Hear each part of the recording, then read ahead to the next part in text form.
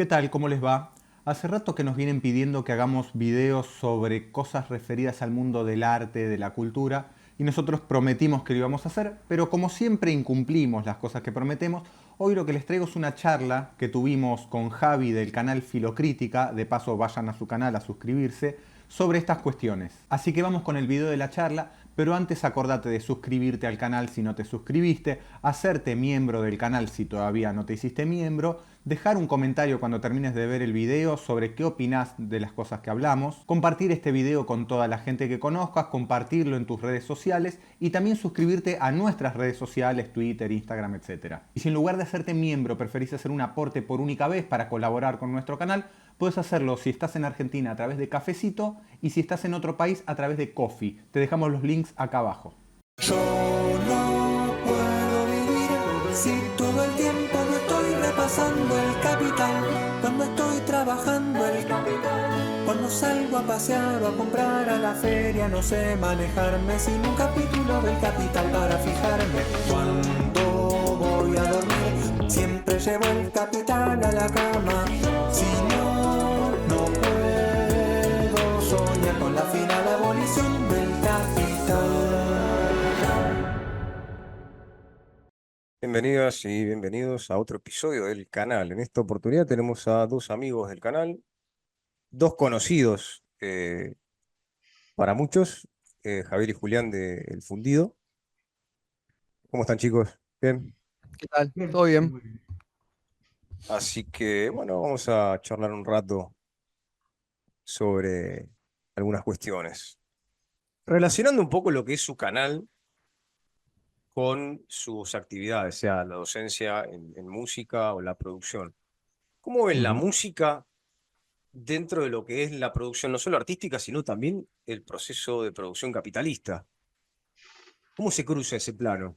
A ver, la música hoy en día, digamos, voy a decir un número, ¿no? Pero así como una figura no más retórica, el 99% de la música con la que interactuamos es mercancía, aparece bajo la forma de mercancía, ¿no? O sea, nosotros escuchamos música en los teléfonos, en las redes sociales, en la calle, en los locales donde entramos, en Spotify. Y entonces, todo, salvo ocasiones muy, muy especiales, la mayoría de los casos con los cuales nos cruzamos con la música, nos estamos cruzando primero y principal, antes que con un fenómeno artístico, con una mercancía. Y entonces cualquier valoración que querramos hacer por el lado de lo estético o por cualquier otro lado, tiene que empezar por ese lado, creo yo. Esa siempre fue mi posición al respecto.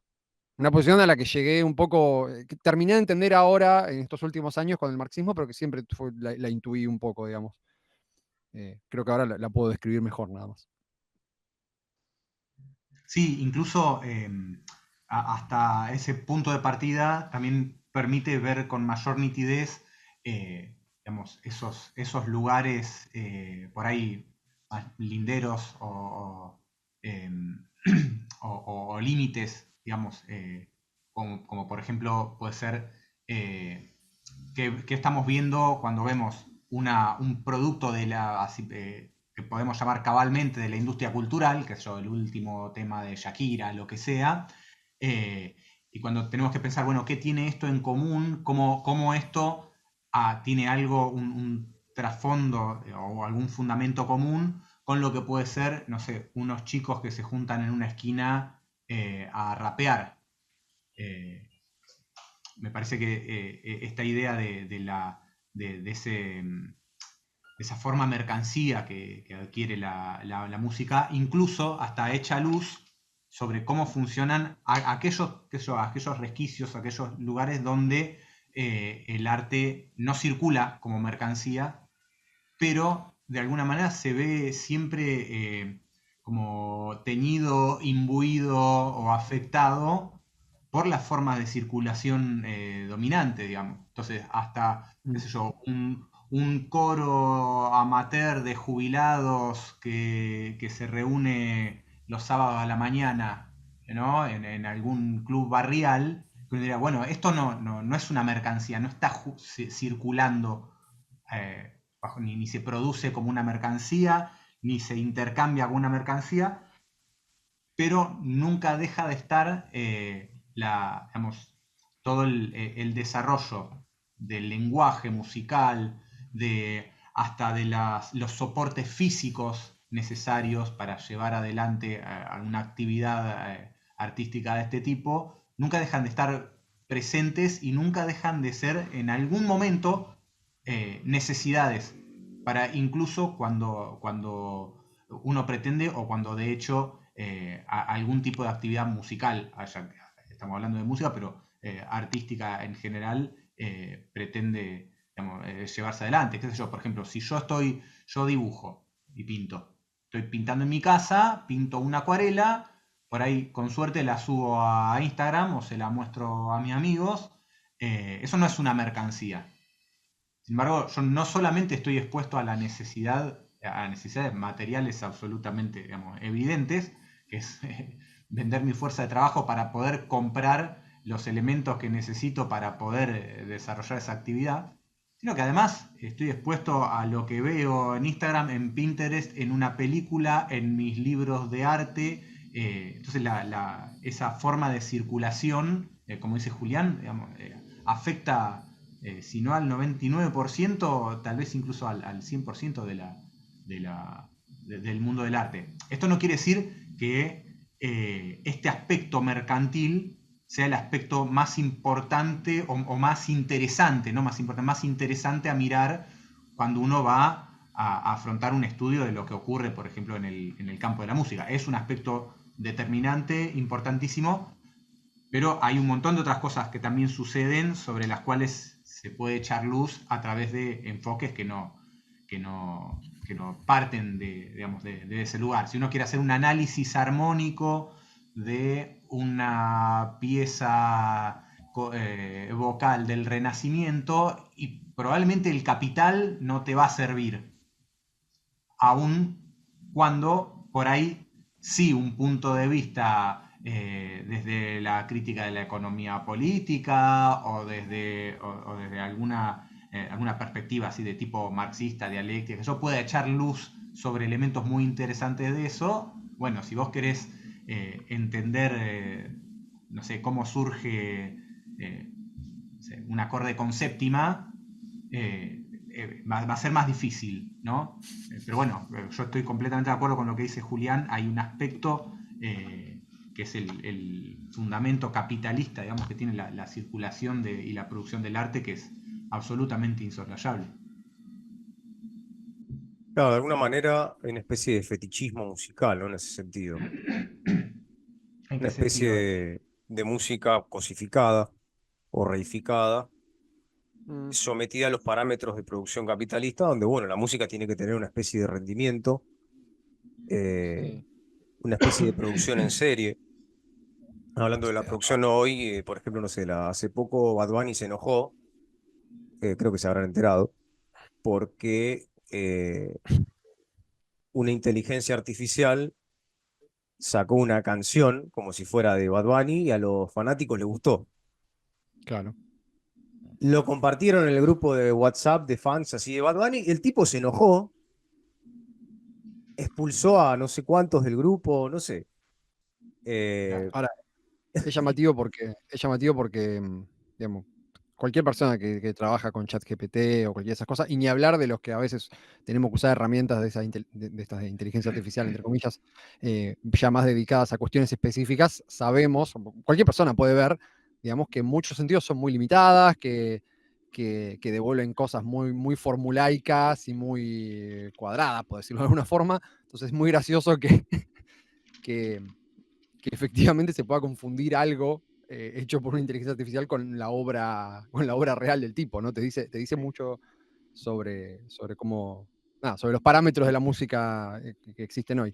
Pero en lo personal, digamos, yo no sé si hay una reificación ahí, o sea, yo creo que toda la práctica musical está siempre sometida a las condiciones eh, tecnológicas y de producción del momento, no solo en el capitalismo, en cualquier momento claro. anterior también, digamos. Basta ver digamos, la tradición fundante de lo que es la música occidental del periodo común, de la música clásica en todo el sentido de la palabra, que es básicamente la tradición fundante es música religiosa, digamos, es la combinación de la música religiosa y la música secular, y, y eso está enteramente en función de las necesidades de la época, digamos. Claro, la música de Bach, ¿no? Que hacía música para iglesias. Sí, digo, Bach y para atrás también. O sea, Claro. Sí, bueno, eso pasa en lo que es lo que se ve, ¿no? En lo que es historia del arte o en filosofía en estética. ujú. eh, Cómo va cambiando la función del arte a lo largo de los siglos, de acuerdo, bueno, como decíamos, ¿no? Al contexto histórico-social.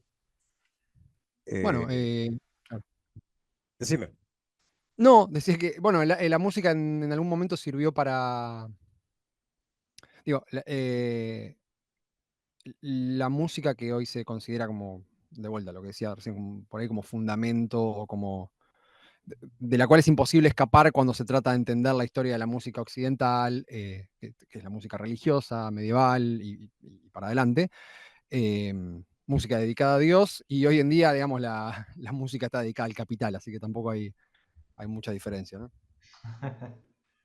Sí, bueno, en ese sentido, por ahí, qué sé yo, uno puede ver esto que decís como una suerte de fetichismo, de reificaciones, en el sentido de el rol que se le atribuye, digamos, al producto artístico, al objeto artístico, a la actividad artística en sí, Ujú. eh, en el sentido de cómo se calibra, digamos, una cierta noción de qué es el arte, para qué sirve el arte, quiénes son los artistas, qué los define, quiénes y cómo y cuándo definen quiénes pertenecen y quiénes no a ese grupo de los artistas, o incluso cuando se define quiénes son los que tienen la potestad para tomar esas definiciones.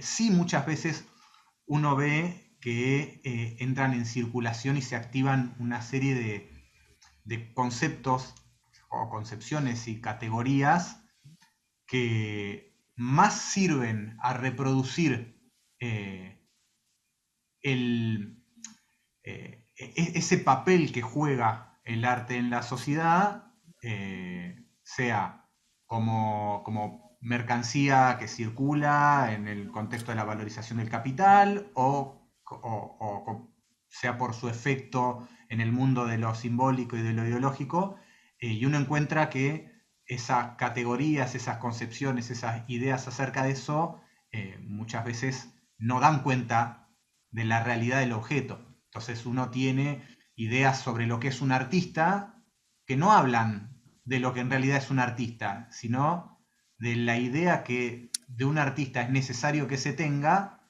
para que el mundo del arte pueda ser, por ejemplo, un sector, digamos,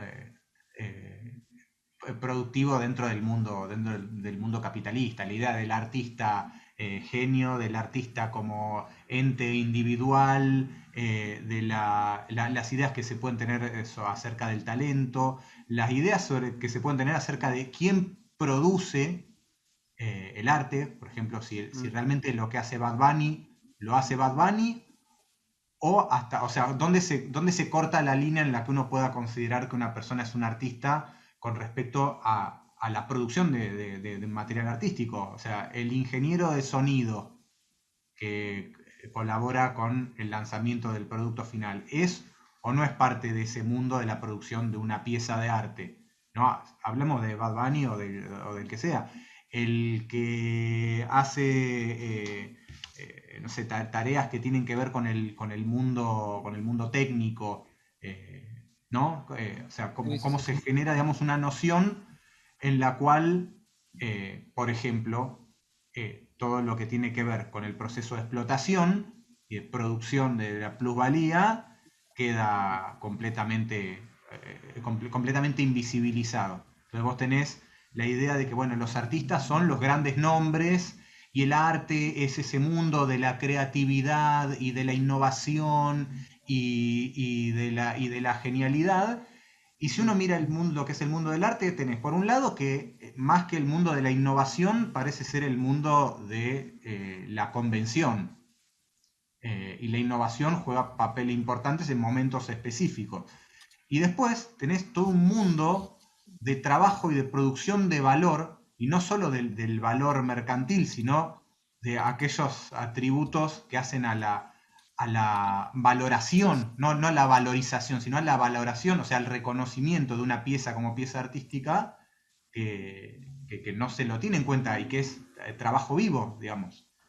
Claro. Entonces, eso son cosas que me parece que está bueno tener en cuenta cómo se reproducen también esas nociones que circulan popularmente, muy ligadas al sentido común, acerca de qué es el arte, qué hace un artista, por qué algunas cosas se consideran arte y otras no, y cómo se relaciona esto con el mundo de la valorización del capital, de la explotación y por lo tanto de las posibles transformaciones sociales, ¿no?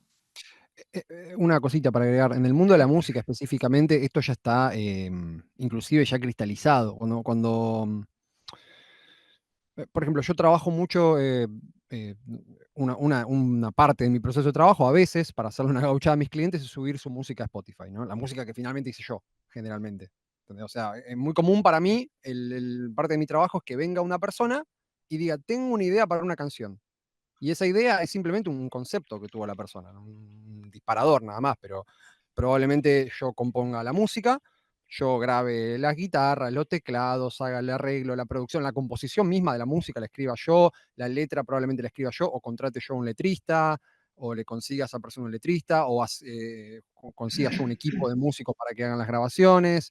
Y digo, no es por decir yo, sino que digo, aparece todo un personal de la nada y llegado el punto final del proceso, ¿no? Cuando ya la música está mezclada y está listo el máster como para subir y están hechos todos los trámites legales y contratos y lo que sea, cuando se sube eso a cualquier plataforma, aparece la categoría de artista.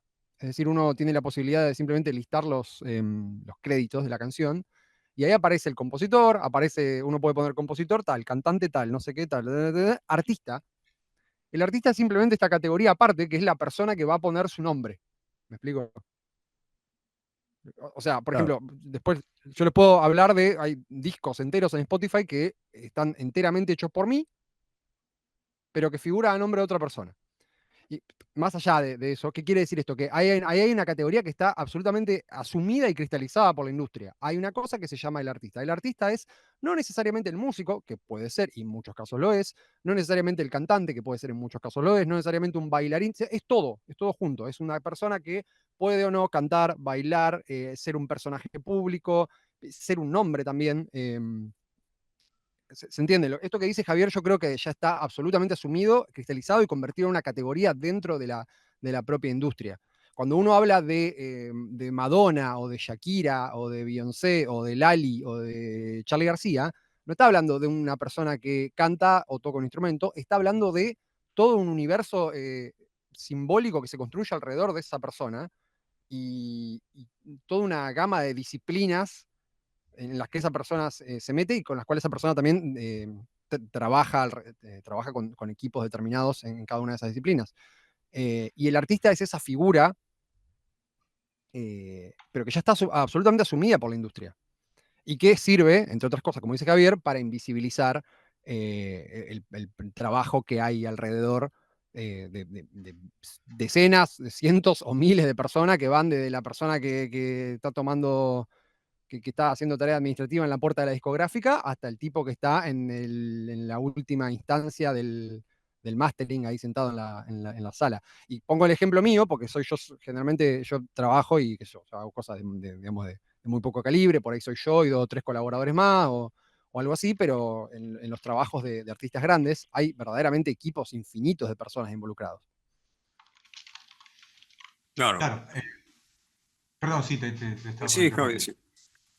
No, una cuestión más, a ver, por ahí es una postura medio burdiana que un poco, más allá de lo interesantes que son, a veces pecan un poco como de cierta circularidad los planteos de Bourdieu sobre el arte, pero de alguna manera uno sí puede, y después bueno, hay una piola de la que se puede tirar para salir un poco de esta circularidad, después lo podemos charlar, pero de alguna manera un artista es una persona que, entre otras cosas, sabe qué tiene que hacer para que su trabajo sea reconocido en el mundo del arte como una pieza de arte, ¿verdad? Ahora, lo que decía Julián, esos cientos o miles de trabajadores que están poniendo su granito de arena y su trabajo para lograr que esa pieza de arte sea reconocida como una pieza de arte, no son reconocidos como artistas. Y ese correrse del reconocimiento, esa invisibilización, también es una de las labores que tiene que hacer esa persona o una de las condiciones con las que tiene que cumplir para que ese objeto en el cual él está trabajando sea reconocido como una pieza artística. Entonces, uno puede llegar de alguna manera a esta, no sé si decir contradicción, porque en el fondo no lo es, pero de esta cosa que suena medio paradójica, de que si un artista es aquella persona que sabe qué es lo que tiene que hacer para que para que su objeto de trabajo sea reconocido como arte, muchas veces eso que tiene que hacer es no aparecer como un artista. O sea, el quedar fuera de la categoría de artista a veces es lo que un artista, o sea, un trabajador del arte, una persona que toma las cosas de su entorno para convertirlas en un objeto que circula, que luego circula y es consumido como arte, a veces se ve obligado a no poder participar de ese reconocimiento. Y muchas veces la persona que participa de ese reconocimiento es una persona ajena a todo el proceso o que cumple con una parte tal vez minoritaria o tal vez la parte más llamativa. Podemos salirnos incluso de la industria cultural, del mundo del pop y todo eso. Decía que podemos salirnos incluso del campo de las grandes estrellas de la música pop e ir a otros campos, donde por ejemplo en la producción de un concierto sinfónico interviene un montón de trabajos de todo tipo, desde el compositor de la obra, el orquestador, el que hace la corrección, el copista, el propio iluminador de la sala del teatro, los músicos, el solista, el que afina los instrumentos, un montón de trabajo que es absolutamente necesario y determinante para que el hecho artístico ocurra. Y sin embargo, uno va a un concierto sinfónico y el artista es el compositor, que en general está muerto, el solista, que en general está vivo, y el director, que también suele estar vivo para poder desempeñar su labor. Esos son los artistas. Y sin embargo, no sé, el de la quinta fila del segundo violín, uno no lo ve como un artista. Es un violinista que está ahí, ¿no? Ahora, y el que toca el oboe, capaz que tampoco. Ojo, si tiene un solo de oboe de 4 compases, en esa pieza, solo 4 compases, capaz que son 12 segundos. Ahí ya lo podemos considerar parte del hecho artístico, ¿no? Pero es, digamos, todo el mundo de la música está como signado por esta cuestión. En el Renacimiento, incluso, uno lee los tratadistas, o sea, los teóricos de la música de esa época, ellos planteaban que en realidad la música era de alguna manera perjudicada por todo lo que son las labores prácticas. La música es algo que es un hecho divino que está por fuera de las labores prácticas del ser humano. Entonces, el verdadero músico es aquel que piensa acerca de la música y que en todo caso nos informa sobre qué es la música, ¿no? Por ejemplo, el tratadista. Convenientemente ellos mismos, ¿no? Ellos mismos, ¿no? Por ejemplo, Galileo. O alguno de esos grandes genios de la época. Pero el que hace música, el que compone, el que canta o el que toca, es considerado una persona de un rango no menor dentro de lo que era en ese momento el campo de la música, sino ajeno. Es una persona de un rango menor en el sentido social, ni siquiera en el sentido artístico. Simplemente es un trabajador que hace labores prácticas, por lo tanto, es como la distinción, digamos, entre el que hace trabajo manual y el que está filosofando. Es la misma distinción. Y eso es algo que, con sus variantes, se puede ver hoy en día. Mm. ¿Quién es el artista? ¿Madonna o el coreógrafo de Madonna? O el coreógrafo de Lali Espósito, el que sea, ¿no? ¿Quién es el artista? Hablando incluso, saquemos la música, porque hay un montón de cuestiones del aspecto y de la presentación que también hacen al reconocimiento de la persona o del producto como objeto de arte. ¿Quién es el artista? Dillon, que tiene su aspecto y su corte de pelo y su tatuaje, qué sé yo, o el que pensó toda esa estética, le hizo el corte de pelo, le hizo esa cosa en los dientes, le dijo qué tatuaje se tenía que hacer, lo maquilló y todo eso. ¿No? Claro. Y el artista es Dillon. No es, no es la persona que hizo de Dillon una mercancía apta para la circulación como forma. Sin desmerecer a Dillon, yo a Dillon no lo conozco, creo que escuché 2 canciones en la vida. No estoy opinando si es buen o mal artista, probablemente sea un muy buen artista, porque por algo está donde está, pero creo que se entiende a dónde voy. Esta cuestión de cómo finalmente en el mundo del arte se sufre la misma situación que se sufre en general cuando se saca o se desplaza la capacidad productiva y el hecho productivo y la actividad productiva de la persona que verdaderamente la hace para ponerla en el sujeto que no es el que la hace y que en todo caso participa de una manera más o menos determinante, pero que es la persona que acumula el valor que se produjo ahí. Claro. Pero tal y como está, agregar una cosita más, que tal y como está configurado hoy en día la circulación del arte, es muy difícil también imaginarla de otra forma. De la misma manera que era muy difícil imaginarla de otra forma en, no sé, en la época, en la época de Mozart, cuando digamos, cuando el que perduraba en la historia era el compositor y no el intérprete. Hoy, de hecho, se podría decir casi lo contrario. Hoy perduran los intérpretes y no los compositores, en muchos casos. Pero a esto quiero llegar, digamos, de acuerdo simplemente a las condiciones del momento, se configura una forma de que circule la música particular que hace muy difícil imaginar alguna otra manera. Digamos, uno tampoco podría extender infinitamente el reconocimiento a cada eslabón involucrado en una tarea de producción, porque sería absolutamente infinito. Eso hace que la figura del artista, y por eso yo digo artista porque es el término que usan los yankees, inclusive el artist, que no es el cantante, no es el bailarino, es todo eso junto y es la figura que además viene a cristalizar y a un poco a sintetizar el trabajo de una empresa entera, ¿sí? Y que de vuelta esa persona puede tener manos en muchas partes del proceso, inclusive en la parte casi empresarial. Pensá en el ejemplo clarísimo de esto es Taylor Swift. Una mina que compone, pero compone con ayuda, canta, tampoco es la mejor cantante del mundo, pero además tiene un manejo muy claro de la empresa que es ella misma, por mencionar a uno, porque hay millones de estas personas, ¿no? Claro. Pero bueno, eso, sí, hacer esa aclaración.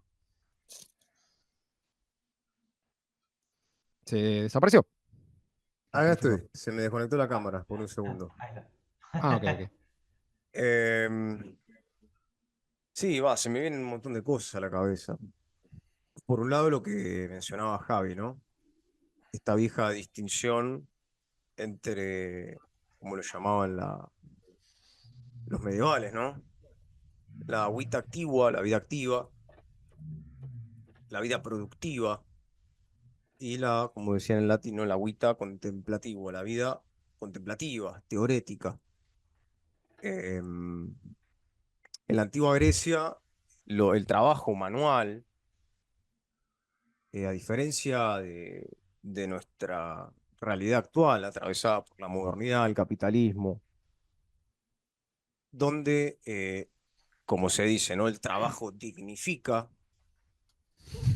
y está bien visto trabajar, y rico o bienaventurado es aquel que trabaja, ¿no? Como decía Benjamin Franklin, ¿no? La famosa carta al comerciante, time is money, el tiempo es dinero, y el tiempo, por lo tanto, es trabajo, y bueno, no hay ética protestante, no hay que malgastar el tiempo Claro. divagando o haciendo creaciones artísticas, ¿no? O sea, más de uno de nosotros, a mí que me dedico a la filosofía, o a ustedes que se dedican al arte, a la música, les habrán preguntado, bueno, ¿para qué sirve la música? ¿O para qué sirve la filosofía? O Ujú. la vieja discusión familiar de, no, ¿por qué vas a estudiar música? Te vas a cagar de hambre. ¿Por qué? Yo quiero que seas abogado, contador o No, en mi familia son filósofo. todos músicos, así que esa no la sufrí. Mm. Yo sí. Sí, sí, siempre me dijeron que me iba a cagar de hambre, pero nunca desde un punto de vista de oponerse a que yo sea músico.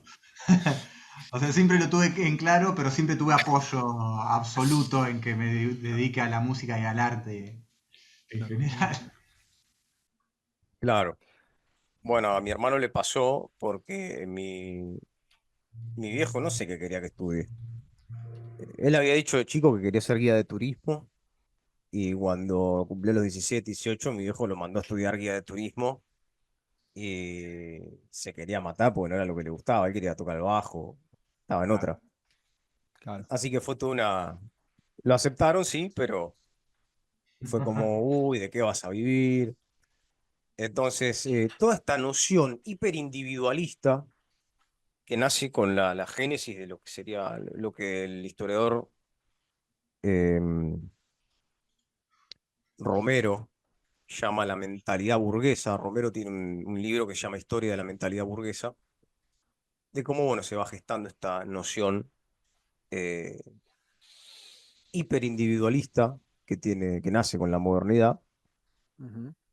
junto con toda esta mitología del individuo aislado, el individuo, no sé, el cazador y el recolector aislados, de, no sé, de Adam Smith o de Ricardo, no, el famoso mito del bon sauvage, ¿no? Como decía Rousseau, ¿no? El buen salvaje o el mal salvaje, el individuo que es previo a la sociedad y demás, y que con sus vicios privados, como relata, ¿no? En el famoso relato de la fábula de las abejas, con sus vicios privados contribuye al beneficio público.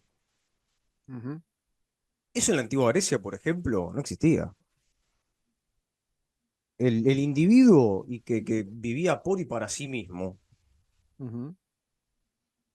y que no se ocupaba de los asuntos de la polis, es decir, de la ciudad, era considerado un idiota. Idiota viene del griego idiotés, que literalmente significa aquel que está encerrado sobre sí mismo y que no se ocupa de los verdaderos asuntos. Y a diferencia de la cosmovisión que tenemos nosotros, el trabajo, el arte manual, el arte práctico, era cuestión de esclavos. Los esclavos se ocupan del trabajo y los hombres libres se ocupan de la vida contemplativa, la filosofía, la política. eh, entonces, ahí el arte en ese contexto tiene eh, otra forma de ser visto, otra forma de aparición, para decirlo así, ¿no? Que en nuestro caso, como comentábamos, hoy en día está atravesado el arte en parte por la forma mercancía. Digo en parte porque no me parece que esté absolutamente absorbido o fagocitado por eso. El arte puede incluso escapar a esas formas, o incluso a través del arte uno puede desarrollar, si quiere, o imaginar mundos nuevos, nuevas formas de relacionarse o nuevas formas de expresión. E incluso, bueno, nos pasa con el arte más contestatario. Eh, el caso de la historia, no sé, del rock and roll o del blues creado por los esclavos en las plantaciones algodoneras de Estados Unidos. Ahí hay algo también que hace que el arte pueda salirse a esta forma de producción mercantil calculada y a esto que mencionaban ustedes, ¿no? De la producción pareciera en serie de artistas, donde, bueno, ponemos la cara visible, la cara bonita, donde se sintetiza todo, en el caso de Taylor Swift. Bueno, ella es Taylor Swift y el resto pasa a segundo plano e incluso está sometida a, bueno, la producción, el consumo y distribución de la música que hace. Ujú. Una música fácil de digerir, con muy poca producción. Esto que marcaba Julián, ¿no? El hecho de que vos sepas, por ejemplo, cuán compleja es la música de un artista si esa música se puede reproducir fácilmente a través de una inteligencia artificial. Ojo, ojo con No eso. entendí eso, ¿eh? Sí, sí, sí, sí, no, está bien. A ver, una cosa es. Bueno, no, terminá y después yo, en todo caso, No, acoto. decime, decime. No, no, no. Una cosa es que algo sea formulaico y otra cosa es que algo no sea complejo. Yo ahí voy a discrepar, por el contrario, diría que la música de Taylor Swift. No, no voy a hablar de Bad Bunny porque no, realmente más allá de que es música no me molesta, tampoco es música que me siento escuchar, entonces no, no voy a hablar en profundidad. Pero se suele, hoy en día un poco menos, pero siempre está instalado este prejuicio acerca de que el pop es música poco compleja y yo diría más bien todo lo contrario. Hay niveles de complejidad impresionantes, pero que no tienen que ver, y acá de vuelta, volviendo a lo que dice Javier, que no tienen que ver con lo que la tradición romántica nos lega acerca de qué es la música o de qué es en dónde reside la complejidad en la producción musical. ¿Sí? Del siglo XIX nos lega esta cuestión de que la música es buena o mala de acuerdo a, digamos, o que hay que hacer una valorización de la música de acuerdo a la composición, de acuerdo, un poco más posteriormente, de acuerdo a la interpretación. En realidad, en la música, y especialmente en la música que se reproduce por medios digitales, hay infinitas capas infinitas disciplinas concatenadas y capas de complejidad que hacen al producto final. Eh, y para decirlo muy sencillamente, una canción de 4 acordes puede ser una canción muy compleja en otros sentidos. ¿Sí? Ni hablar de que, los mecanismos de producción musical, digamos, no son los que eran cuando la música grabada recién hacía su aparición. Estamos hablando de que hay un trabajo muy, muy, muy grande en el mismo desarrollo del sonido y todo eso. Ya no estamos hablando de 4 tipos tocando la guitarra y grabándose en 8 pistas. ¿Sí? Entonces, ahí yo, en eso por ahí voy a discrepar. También un poco en esta idea de que el arte, o sea, yo coincido que el arte puede perfectamente no aparecer como mercancía, la expresión artística puede no aparecer como mercancía. Yo puedo juntarme con Javier y ponerme a tocar la guitarra en el patio de su casa y evidentemente ahí no está operando un mecanismo que se puede insertar en el circuito capitalista, pero sí es imposible, creo yo, pensar el arte sin que eso esté informado por el arte como mercancía. Porque al fin y al cabo, digamos, es el arte existente lo que define el arte, hasta cierto punto. O el que pone los límites de cómo se define el arte. Y el arte existente es mayormente, o por lo menos mayormente en la forma en la que le llega a la gente, mercancía. Opera como mercancía. No, sí está determinado por el proceso de circulación y de producción actual. O sea, no puede escapar a eso si quiere, por ejemplo, no sé, salir a la luz o aparecer. Claro, O lo que decías claro. vos, ¿no? De aparecer como artista, no sé, en Spotify. Claro. Quería también, si me permitís señalar una Sí, cosa, sí. vos habías estado hablando de. Bueno, no, bueno, por ahí sería volver mucho para atrás. Cuando hablaste de esta cuestión de la ética protestante y de esta cuestión del tiempo es dinero, ¿no? Y de cómo eso, digamos, de cómo eso no solo aparece reflejado en el arte, es una mentalidad que, digamos, em, de la cual hoy vemos no solo un resurgimiento, sino una especie digamos, vemos un montón de propaganda en favor de la adopción de este tipo de lógicas, pero llevadas a un punto que, mucho menos sutil de lo que habitualmente es. Pero si querés de esto podemos hablar después, porque tiene más que ver con hablar de una cuestión de actualidad, digamos. Iba a ponerme a hablar de una cuestión política de actualidad y por ahí no tiene mucho que ver. Ah, adelante, no hay problema. No, no, no, seguí la línea y porque si no es hablar de otra cosa. Bueno, justamente todo esto está, lo que vos mencionabas, el tiempo es dinero y demás, Ujú. está muy relacionado con todas estas ondas New Age, como el coaching, o estas tendencias de ser tu propio jefe, de levantarte a las 5 de la mañana y darte una ducha congelada y producir, y no sé, incluso hasta producir durmiendo. Sí, sí, mentalidad Eh, de tiburón. exactamente. Mm. Desgraciadamente se ha impuesto mucho en lo que es a través de las redes sociales.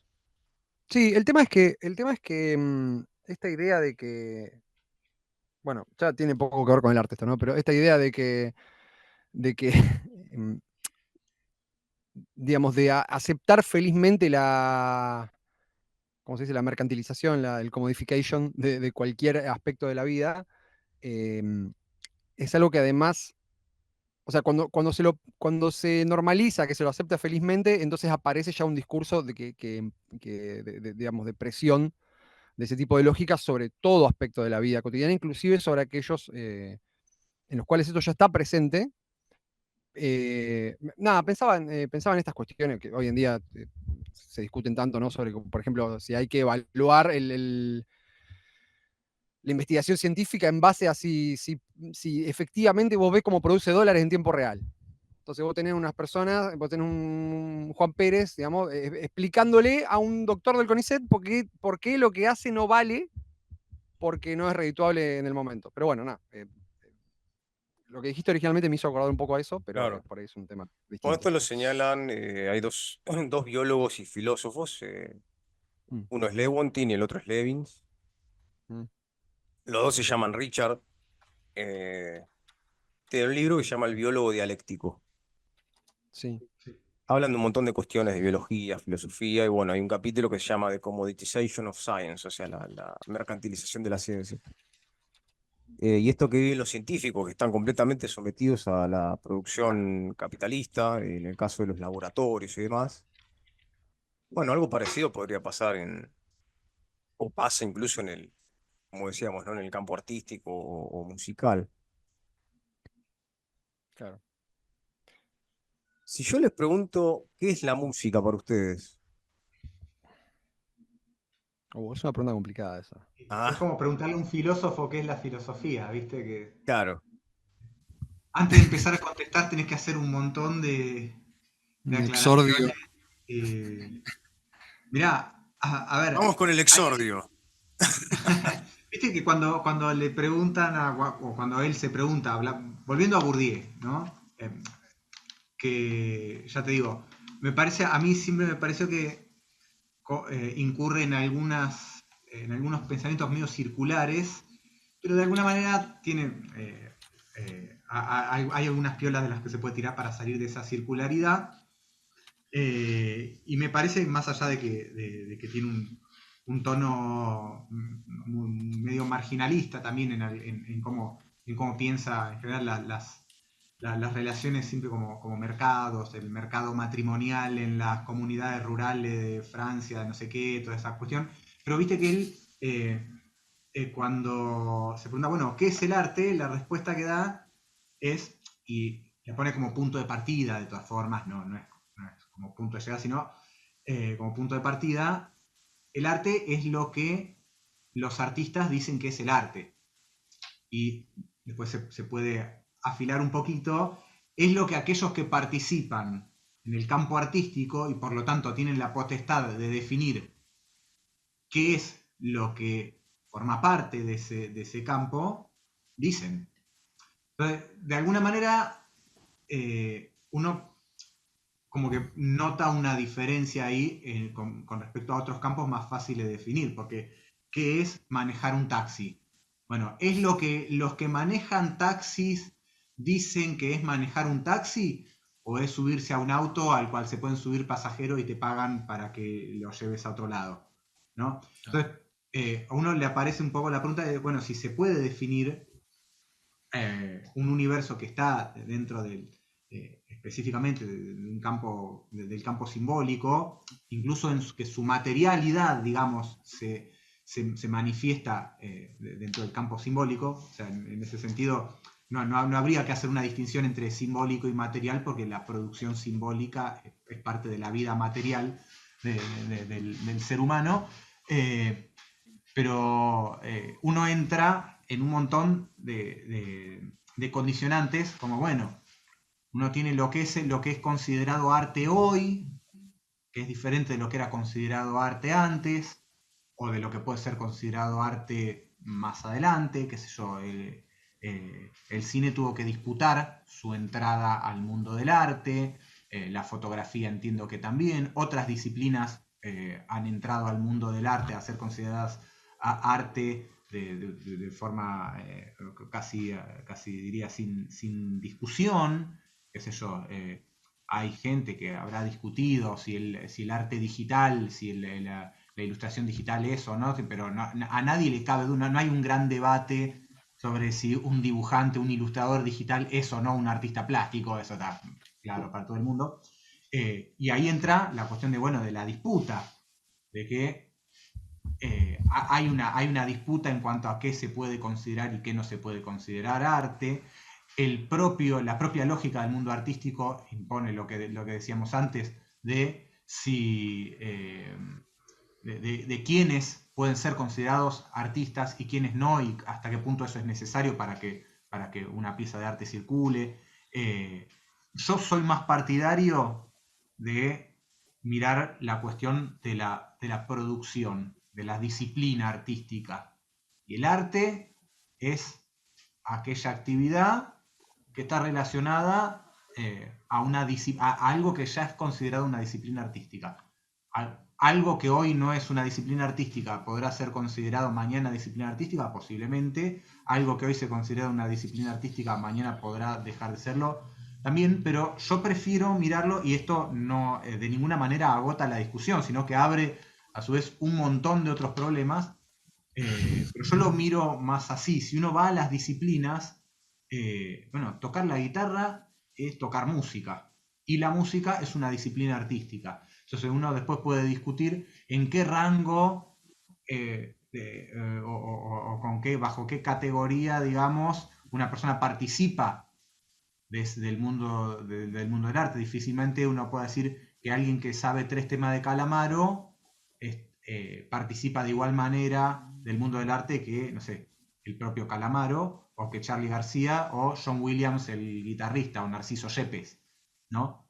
Pero de alguna forma, si uno parte de la disciplina del hecho, del hecho artístico, que no siempre incluso se objetiva justamente valga la redundancia, en un objeto material, sino que a veces es simplemente el momento de la ejecución o el momento de la participación en un hecho artístico, ahí por ahí se aclara un poco un punto de partida, y por ahí se presentan problemas un poco más claros, que tienen que ver con esto, con la jerarquía, con la producción, con la circulación. De todas formas, es una pregunta bastante difícil. Sabemos que el arte, qué sé yo, está dentro del mundo de lo simbólico, está relacionado al mundo de lo simbólico. Se suele relacionar al arte de forma muy directa y muy automática al mundo de la creatividad. Yo no estoy de acuerdo con eso, porque hay gran parte de la labor artística que tiene que ver con la convención, y que justamente el poder manejarse con maestría dentro del mundo de la convención es un atributo fundamental para cualquiera que quiera participar del mundo del arte como artista. Y poder reproducir y extender en el tiempo esa participación. Y la convención no necesariamente tiene que verse desde un punto de vista negativo. A veces es el momento, digamos, fundante de un hecho artístico, la convención, y la capacidad de poder ver, entender cuál es la convención, cómo funciona, la sagacidad para poder participar de eso de una manera fructífera. No sé, creo que me metí más en problemas que lo que aclaré algo. No, igual yo comparto lo que dice Javi. Creo que igual hay una cuota de circularidad de la cual es un poco imposible escapar, en tanto si uno dice que el arte es aquello que se relaciona con una disciplina artística, acabo de preguntar qué es lo que hace que una disciplina sea artística. Pero a ver, finalmente son como, yo iba a volver sobre lo mismo, digamos. el arte no es lo que los artistas digan que es el arte, sino el arte es lo que el arte como práctica a gran escala y de manera conjunta, que evoluciona no controlada por nadie, define qué es. Y acá entra esta cuestión de la contradicción entre el mundo de la innovación y la convención, que en realidad es una contradicción absolutamente heredada de la modernidad, no presente o que funcionaba casi de la manera opuesta en, eh, en lo que era la estética medieval, por ejemplo. El entendimiento de qué era lo bello y lo bueno y lo que había o no había que hacer en el arte, previo a la modernidad, era más bien lo contrario. Y digo en el arte, y cuando digo en el arte, quiero decir en el arte y también en el mundo en el mundo del pensamiento y de la especulación en general. Si uno va, eh, si uno va a las ideas sobre estética o sobre cualquier otra cosa, em, hasta cierto punto, si uno quería innovar, tenía que montarse sobre las ideas Claro, de alguien que ya existía. Digamos, y innovar consistía en hacer decirle a un padre de la disciplina lo que uno quería decir con las palabras del padre de la disciplina. ¿Sí? claro. Digo, no sé si por ahí si leyeron El nombre de la rosa y en algún momento hay una discusión sobre esto, es una discusión recurrente en toda la obra de Con general. Entonces, si uno mira el mundo de la especulación o de la vida intelectual, no sé, por ejemplo, en la iglesia medieval, uno, obviamente estoy generalizando y hablando de una manera de una aproximación así muy lejana, ¿no? Eh, por ahí la originalidad no era un valor, no era algo deseable. Digamos, lo deseable era la reinterpretación de lo que estaba escrito. O sea, seguir la línea de los textos que ya existían. De un tiempo a esta parte, digamos, por ejemplo, en el campo de la música, eh, o sea, pasa el Renacimiento, pasa el periodo clásico, pasa el periodo romántico, donde se termina de cristalizar la idea contraria. De un tiempo a esta parte, lo que vale en el arte es la originalidad. Lo que vale en la especulación es la originalidad. Es exactamente lo contrario. Lo que no me queda muy claro es a dónde iba yo con esto originalmente. Porque veníamos claro, de esta conversación, pero no me acuerdo precisamente en qué dirección iba. Yo había preguntado qué es para ustedes la música. Bueno, Javi, Ah, sí, está bien. Bueno, yo había hablado de esto, de que finalmente no los artistas, sino el proceso colectivo, digamos, de desarrollo de las formas artísticas, lo que finalmente justamente determina qué son o qué no son las formas artísticas. Y Javier había hablado de esta contradicción entre la convención, la innovación, y yo, claro, quería llevar un poquito más adelante la apuesta y decir que en realidad todo es convención en el arte. Todo es convención. Cuando se habla de innovación, o sea, probablemente se pueda aplicar la palabra innovación, originalidad en algunos aspectos, pero la mayoría de las veces que se habla de originalidad o de innovación en el arte, en realidad se lo hace desde una ingenuidad hablando de algo que es convención. Eso. lo que serían, o sea, no hay una especie de ciencia detrás de la música. Vieron que hay muchos que lo relacionan con la matemática. No, depende de qué entendés por ciencia, pero no.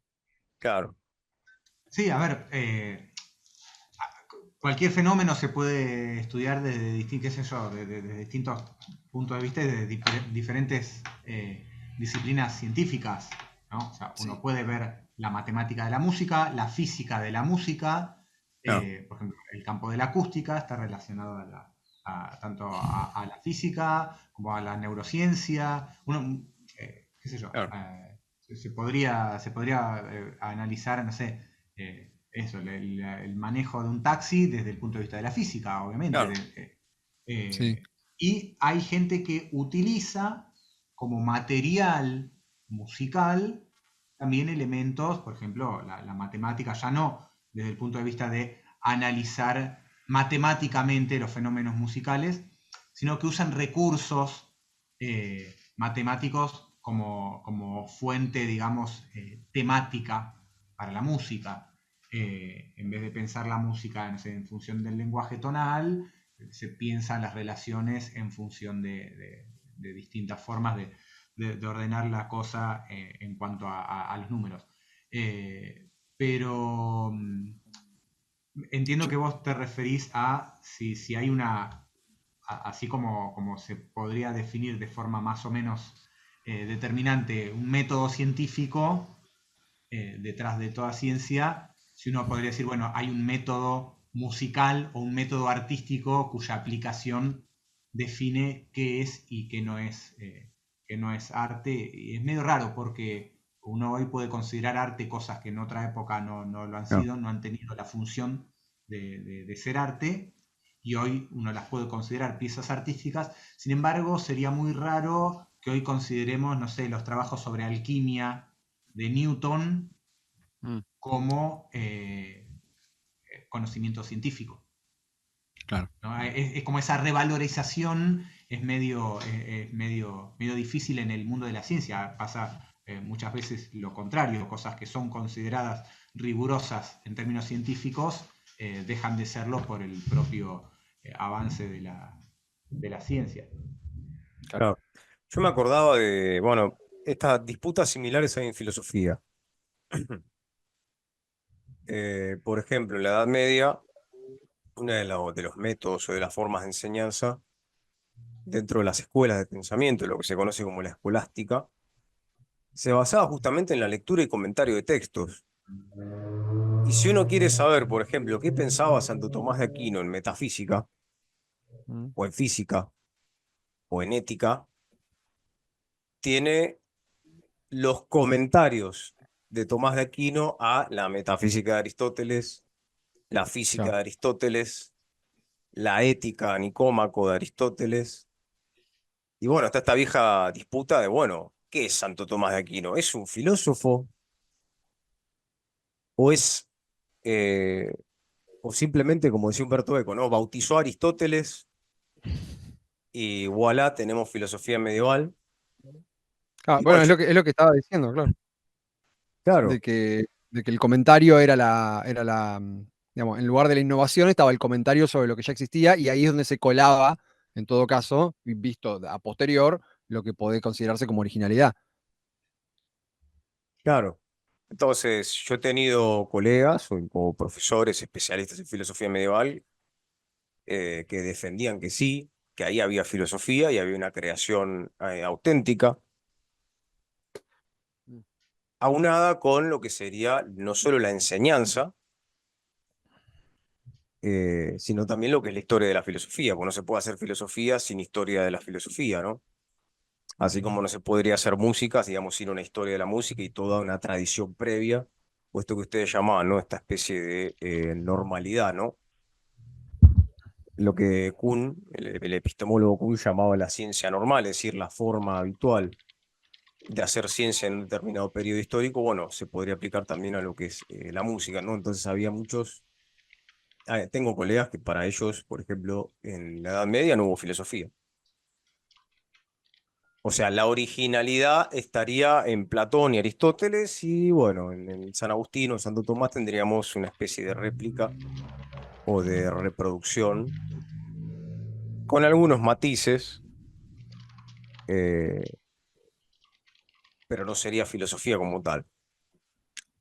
Y algo pasa también en la filosofía griega antigua con el problema de los sofistas, que muchos llegaron a ser grandes filósofos como Gorgias. Eh, Obviamente tenemos la tradición más dominante, que es la visión que tenían Platón y Aristóteles de los sofistas, que los consideraban unos charlatanes, unos chantas. De hecho, el término sofista es un término bastante peyorativo en ese sentido, significa justamente eso. Claro. Eh, pero a ellos les debemos lo que es la enseñanza de la filosofía. Bueno, Eh, como es lo que dice Russell, ¿no? Que hace como una. Bertrand Russell hace como una revalorización de los claro, sofistas en la historia de la filosofía occidental. Justamente a partir de esto que decís vos, digamos. claro. Entonces está esta vieja disputa de, bueno, ¿quién es filósofo y quién no? No, filósofo es el que tiene un sistema de filosofía propio. Ahora bien, ese sistema de filosofía propio no sale de la nada o de la galera de un tipo como, no sé, el conejo, sino que necesariamente tiene que beber de una vertiente, de una determinada tradición. Entonces, bueno, en filosofía hay disputas similares Claro. en torno a lo que es la producción, la distribución. Bueno, la filosofía también está determinada por la producción capitalista hoy en día. Y más que nada, bueno, hoy en día tenemos la espectacularización, no solo de nuestra existencia en general, ¿no? Porque todo pasa hoy a través del espectáculo, las cámaras. Este hecho de que tengamos un presidente que era panelista de un canal de televisión y que sea viral en redes, bueno, nunca se vio. En el caso de la filosofía puede pasar algo parecido, ¿no? Esto de, bueno, que se ha vuelto una especie, al menos en las redes sociales, de producto de fácil consumo, de fácil digestión y de alguna manera eso que siempre se dijo, que la filosofía es, no sé, el culmen del pensamiento crítico, en las redes sociales puede pasar justamente todo lo contrario. Terminar siendo una especie de, no sé, de consuelo o de Sí, o la publicación de especulación. bestsellers de filosofía. eh, Claro, no sé, o estos bestsellers, justamente, no sé, los libros de Byung-Chul Han, que escribe, no sé, 90 páginas, lo publica, vende millones de copias a lo largo de todo el mundo. Por ahí dice cosas que uno lo lee y dice, bueno, esto es insostenible. Pero bueno, hace toda una crítica social que de alguna manera viene a llenar una especie de hueco, viene a responder a algunas preguntas que frente a las crisis actuales, ¿no? Crisis generadas a nivel histórico-social, viene a llenar una especie de vacío, pero no propone nada. O en el peor de los casos te dice que no se puede cambiar la realidad, que la revolución es imposible, porque hoy todos supuestamente nos autoexplotamos voluntariamente, entonces nadie va a querer hacer un piquete o hacer algún tipo de revolución. Entonces, el que termina leyendo esos libros se convierte en una especie de producto de consumo que no produce absolutamente ningún tipo de transformación. O se disfraza de pensamiento crítico y termina siendo todo lo contrario. Em, pero bueno, muchachos, no les quito más tiempo. Julián tiene que seguir ahí produciendo música y Personificando Javi, la mercancía. exactamente. Hay que facturar, muchachos. Eh, Se tiene que seguir adecuando a la convención. exactamente. Va a estar Y sometido a más, la, y más, a la convención. y más que nunca, hoy me pasé una buena media hora escuchando unas canciones distintas canciones de clásicos de Disney, de tipo de princesas de Disney, tratando de buscar a ver cómo algunos detalles en la orquestación para copiar para lo que estoy haciendo. O sea que calcado de lo que estamos hablando. Literal, estaba con la ventana abierta de la canción de Enredados y estaba viendo una cosa con la armonía. Así Claro, que, sí, sí. Y literal. después te tenés que invisibilizar como artista. Ah, sí, sí, obvio, obviamente. La, Después mi nombre no va a aparecer en esto, ¿no? No tenía para No, nada. claro. Pero bueno, así es la vida. la mano invisible Por lo del Después menos, nos mercado contás qué musical. era. por lo menos, a ver, para ser honesto, de los muchos trabajos del estilo, este es un trabajo hermoso y que me gusta mucho hacerlo. Y que el producto está muy bueno, así que ¿Sí? ¿Podés es decir de, es para de qué lo- es el trabajo o todavía no? es un video es como un producto licenciado de un videojuego muy importante, pero no creo que no puedo decir el nombre, así que no, Ah, por las dudas está no. bien. Ujú. Bueno, ¿y qué canciones de Disney estuviste escuchando? ¿Libre Soy? Claro, no, en realidad me puse a escuchar ¿La de las Aladín, la de Luis últimas. Miguel? No, estaba escuchando la de Enredados, me puse a escuchar la de Moana, Claro, pues estamos, más moderna. sí, las más modernas, claro. Pero pasa que las de Moana, bueno, llegué a la conclusión, es muy tipo, creo que es Lin-Manuel Miranda el músico, y lo que hablábamos el otro día, que es con un estilo un poco distinto a lo tradicional. Claro. Pero sí, nada, es esto que charlábamos hoy, hay que este trabajo o sea, nosotros nos reímos de esto porque siempre es siempre está bueno como ironizar un poco sobre esto y exponer cómo es el proceso de trabajo de una manera graciosa, pero esto es lo que hace cualquier músico que haga esto, ¿no? ¿Sí? Y por ahí uno como es menos competente tiene que ver, che, cómo era esto y me pongo la grabación, pero hay otros que directamente lo- son más capos y lo tienen en la cabeza, pero es esto, la convención domina absolutamente todo el proceso. Bueno, muchachos, nada, gracias por su tiempo, por No, la gracias a amena vos. charla. Gracias a vos. Gracias a vos. Lo saqué un poco de las cuestiones de las, no sé, de las que hablan siempre Sí, No, estuvo bueno, estuvo muy bueno sí, esto. sí, sí, en la el, verdad en que el sí. Sí, canal, sí. siempre Creo que es la hablando de primera la... vez ¿Eh? que tenemos una charla así para las redes. Sí, sí, sí. Es la primera vez que no mencionamos el nombre del presidente varias veces por minuto. Es verdad, sí, sí. Sí, es más, yo tampoco lo nombré, al No, menos no, no Por ahí hay que hacer directamente. eso, por ahí hay que no nombrarlo como al otro, como, claro, como el que quiere imitar. claro. Mm. Sí, sí. Pero bueno, Sí, bueno, muchachos, bueno, Bueno, muchísimas gracias.